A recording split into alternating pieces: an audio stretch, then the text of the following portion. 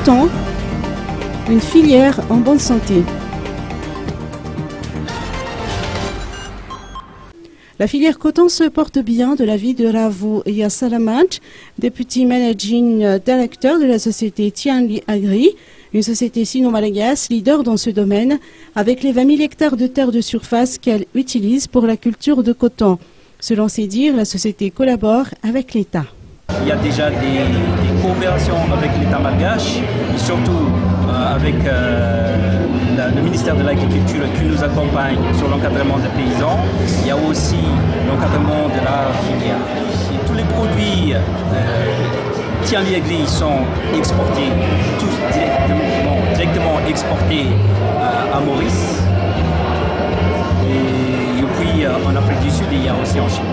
Donc l'objectif c'est de contribuer, de voir, trouver des investisseurs, bien évidemment. Il y a ça, c'est un point.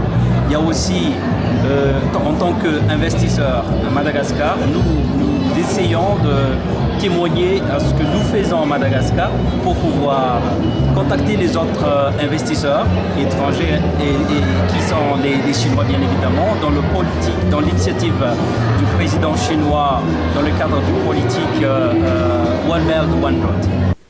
Environ 20 000 paysans travaillent actuellement avec Tianli Agri, cette société qui fait partie des investisseurs chinois à Madagascar, ayant participé à la China Exhibition Madagascar qui s'est tenue la semaine dernière au CCI IVAT.